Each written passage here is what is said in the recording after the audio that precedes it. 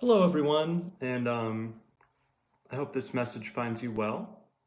I wasn't sure I was going to do this today. I kind of was feeling nervous about it earlier, and wondering, do I really want to do this? I think just having some vulnerability, in part because I haven't done a Facebook Live in a while. So I was feeling nervous about doing that again. And then also, I think what I'm going to share tonight kind of seems so basic, so obvious to me almost that I'm like, is it really worth sharing? Um, but I've kept checking in with myself about it today, and the knowing I keep having is this is important to share. It could benefit someone else. Um, I know people have strong feelings about Freud, but Freud thought that Civilization and Its Discontents was a stupid book and that he didn't need to write it. It was so obvious, and it's his most beloved book. So sometimes I think we can feel vulnerable when we're expressing, plain truths, and sometimes those are the most important. So perhaps that's what I'm doing tonight. Um, I also want to acknowledge there's potentially some false advertising here. I wrote today on Facebook that I was going to do a Facebook Live, and I said it would be personal lessons from coronavirus. But in fact, I think these are more transcendent or ethereal or universal truths. And again, they just feel important to me to share because I think they may be helpful for others. So, yeah, this is a little talk I'm going to give called Five Lessons from Coronavirus. And if anyone has questions or insights that come up for you while I'm talking, you're welcome to share those in the chat, and then I'll address them, when I have a pause. So the first one I have written here is we are all connected. This is the first major lesson that comes to me from coronavirus. And this, like many of the others, is, kind of a spiritual truth that we've known for a long time. But something coronavirus has done is accentuated or emphasized truths which beforehand were not quite so visible. So what do I mean by we are all connected? There's, of course, the obvious physical level of the virus. If you are near someone who has the virus, and even more so if you're not taking adequate measures to protect yourself, you might get sick too. And so at the level of the human body, there's a seamlessness that connects all of us. Something that began in China, as a friend pointed out to me recently, has now touched every corner of the globe. So there's that level. And again, this is something that more or less all of us have always known. We've always done things like hold our breath if someone near us was sick, or wash our hands after we interact with someone who's sick. So we've understood that physical interconnection that humanity has and that viruses elucidate.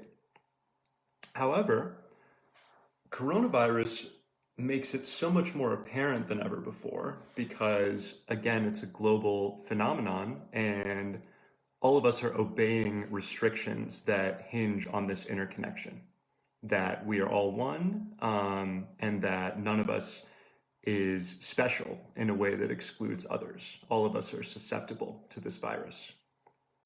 And expanding this awareness of our interconnection into other areas, I want to invite you to consider the following factors as we go forward. If we're all connected physically in this way that's so pressing for us at this time, how might we also be connected emotionally? How might we also be connected mentally? How might we also be connected spiritually? Even in ways that we can't see or that we're not trained to see. So if you're thinking negative thoughts, if you are feeling in a sour mood, how do those things affect the people around you and vice versa?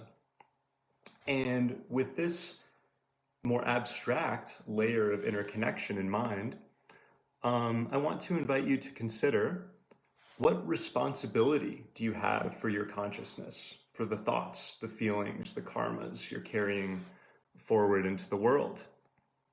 And this will get into the next one of these truths I'm going to lay out. Where does your responsibility end? Your responsibility for your own consciousness begins somewhere, and I'm also going to suggest that it ends somewhere, and some other force might pick up that responsibility. So the first truth, again, is we are all connected, and this is not only physical, but also mental, emotional, and spiritual. And that's the awareness that I want to sort of invite or inculcate as we go forward.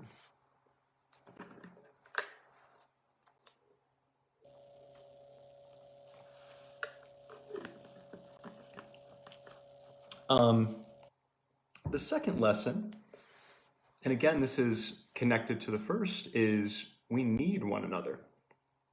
I said that our responsibility for our own consciousness, for our feelings, at a point, this ends. And this is because we need one another. We exist in community. Now, like our interconnection, the fact that we need one another is something most of us have known in a mental way for a long time.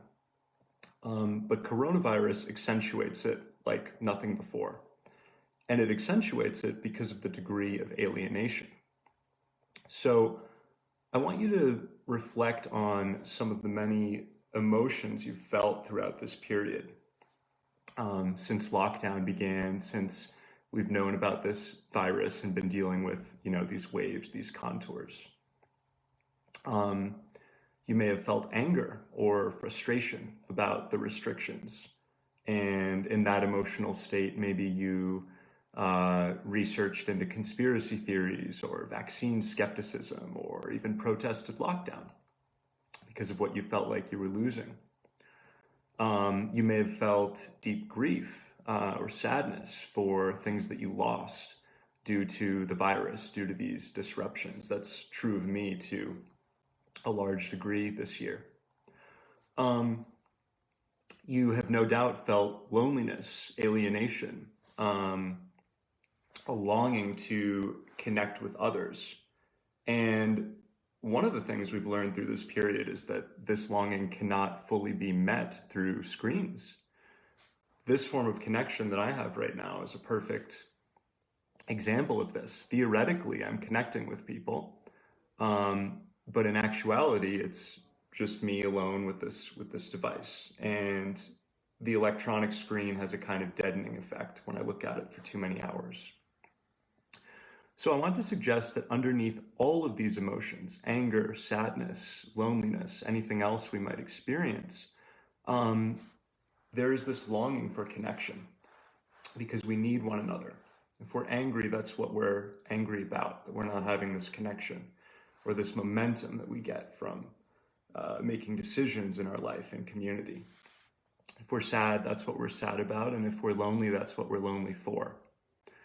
So there's a cliche in a lot of spiritual circles that you are all you need. You can manifest your own reality. You can raise your vibration to deal with any emotional turmoil, etc., etc. This very individualistic lens on life. And through coronavirus, I'm saying we've learned with finality that that's a myth. We need one another. We need one another to fulfill any desire, any dream we might have, right? If I want to manifest love, that requires another person. If I want to manifest success, that requires other people. So this is the second of these lessons, that we need one another.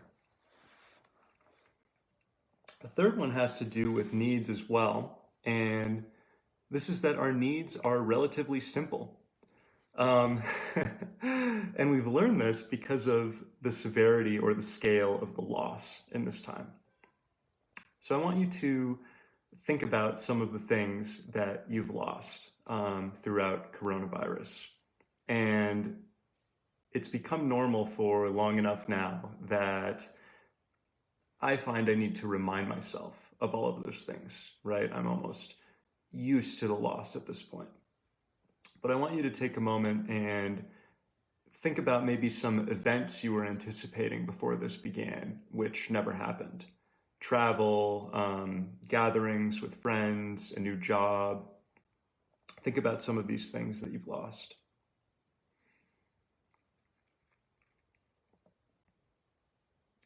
So, through these kinds of losses, we've learned our adaptability through finding that our needs are more simple than we thought. So I'll give an example.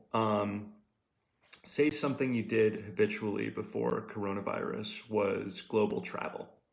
You were in a job that required you to travel internationally, and regularly you were getting on a plane, you were leaving your home country, you were engaged in all these exciting new sites, and then you came home with that experience and could kind of settle, but your life consisted of this momentum and this adventure.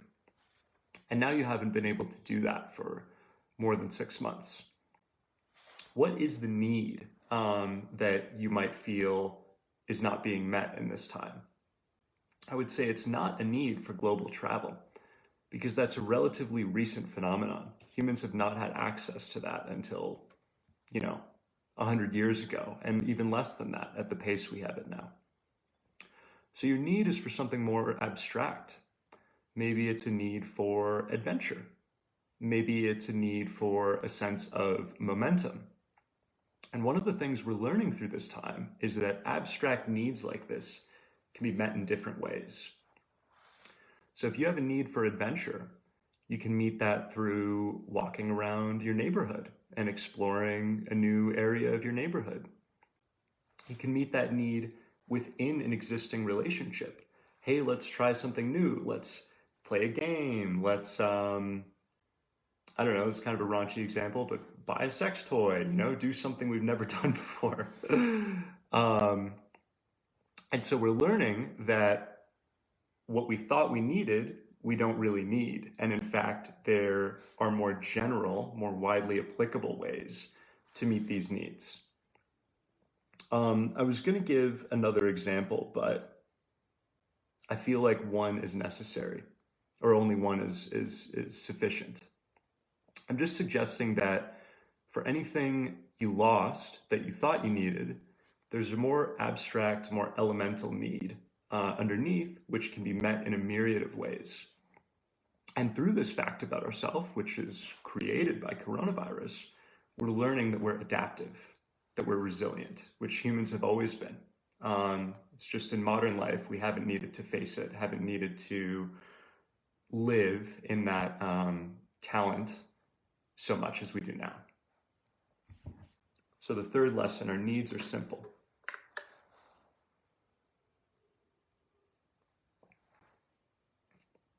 A friend pointed out to me that some people give talks like these for like 4 hours and don't drink water. That's a superpower I don't have. But I also enjoy drinking water, so I accept that limitation. The fourth lesson that I'm going to share, and again, there are 5 total, is our emotions return us to the real. Now, this one sounds a little abstract. I've mentioned several emotions earlier that we might have felt throughout this time. I've mentioned anger. I've mentioned sadness. I've mentioned loneliness. And what I want to bring to light, bring to attention now, is that unfortunately, in our current climate, emotions, like other things, get politicized and people get blamed, get judged for them.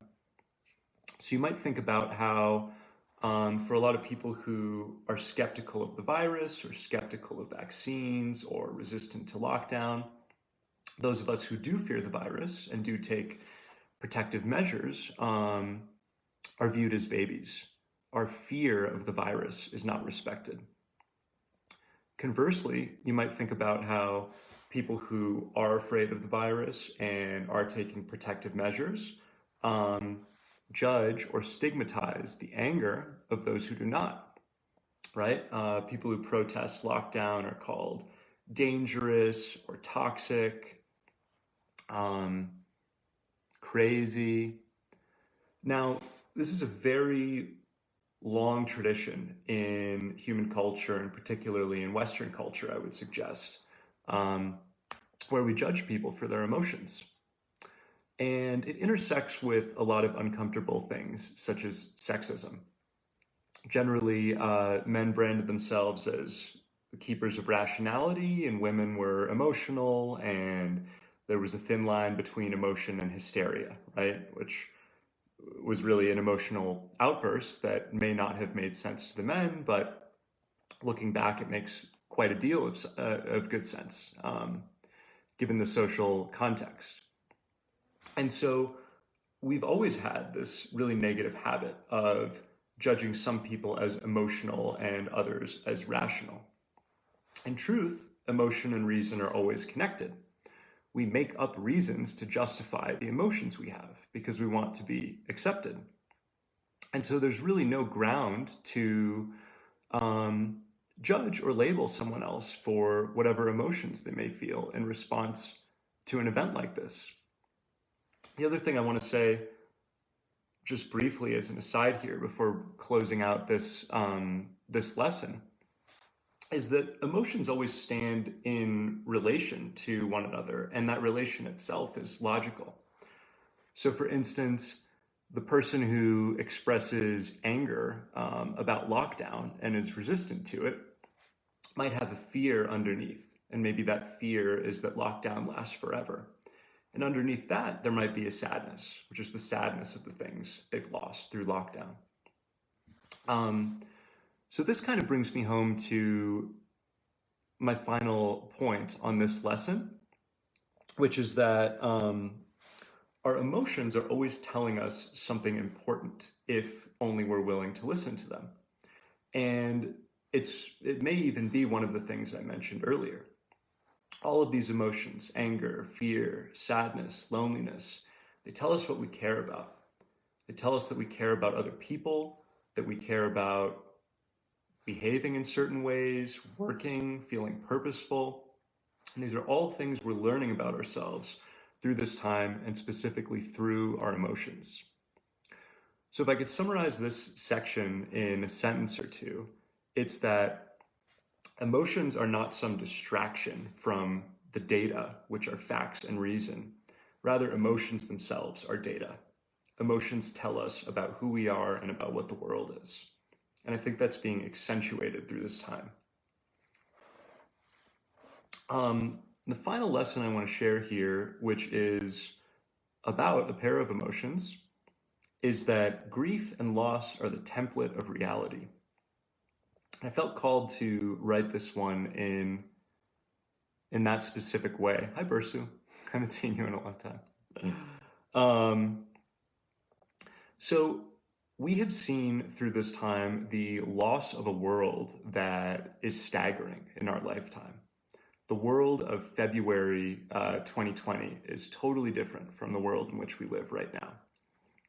And it's sort of relegated to a memory, and there's longing for it, and for me at this point, scarcely even the belief that it's coming back. It feels like that world is gone forever. And what I think this time brings forth to us, if we pay attention, is that this scale of loss, the loss of a world, is happening constantly. In fact, it's the lifeblood of life. We lost a world in the United States in 9/11. We lost a world in 2008. In this election, the Democrats felt like they were at risk of losing a world, losing a kind of democracy if Trump won a second term. And the Republicans felt the converse about the Democrats winning. And it goes down to the more local level as well. In a relationship, our partner is always changing. We ourselves are always changing. Sometimes this means the end of the relationship. And even if we remain in the relationship evolves and transforms. And so the scale of loss that we've encountered in coronavirus kind of brings forth this fact that life itself is this series of an infinite number of losses. Every moment is sort of dead upon arrival as the next moment emerges.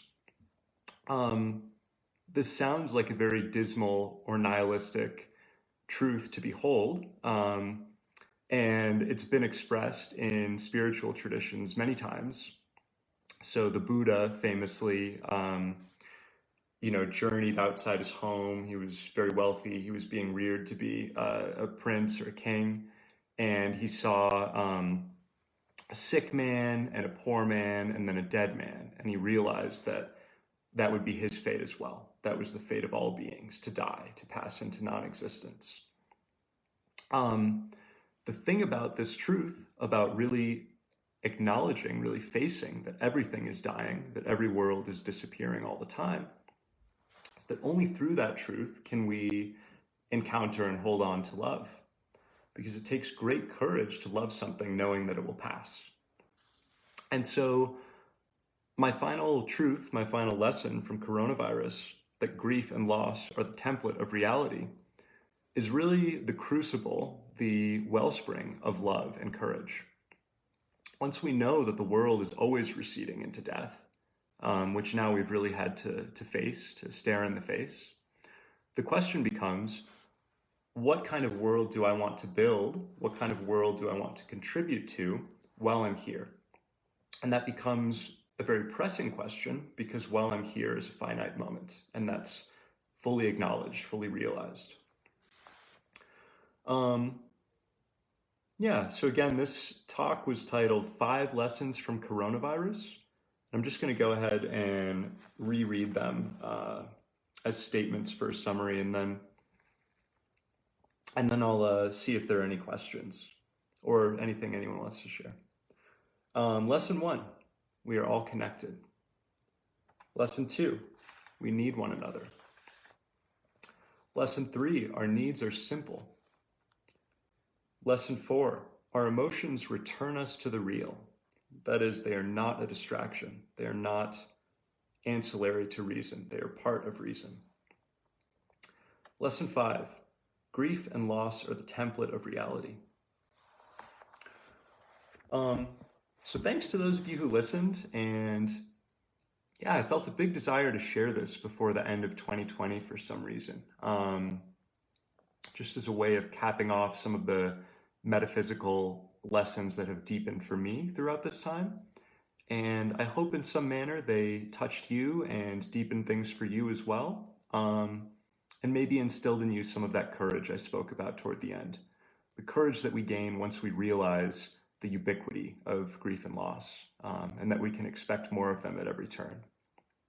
So yeah, thank you very much. I'm going to stick here for like 1 minute and see if anyone asks a question, and then I'll just sign off.